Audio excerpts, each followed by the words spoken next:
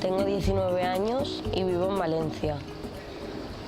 Decidí venir un año después de conoceros, ya que vi que mi vida se estaba descontrolando bastante y necesitaba ayuda para poder salir de esta adicción. Lo conocí a través de mi madre.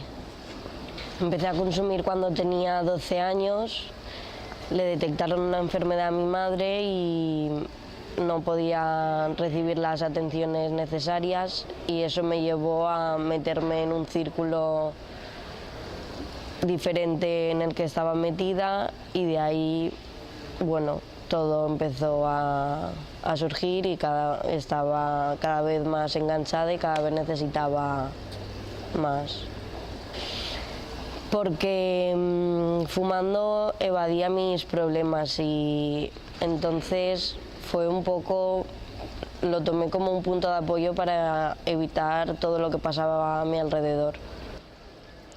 Para mí ha significado muchos problemas en mi vida, tanto con amistades, en el entorno familiar, en todo, porque he desarrollado negatividad a lo que es a mi entorno y no me ha traído nada bueno.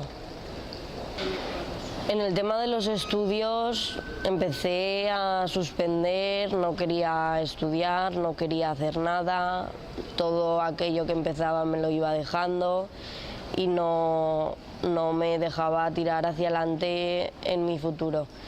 Con los amigos dejé de lado mis buenas amistades y entré en otro círculo de amistades, otro tipo de gente que hacía lo mismo que yo.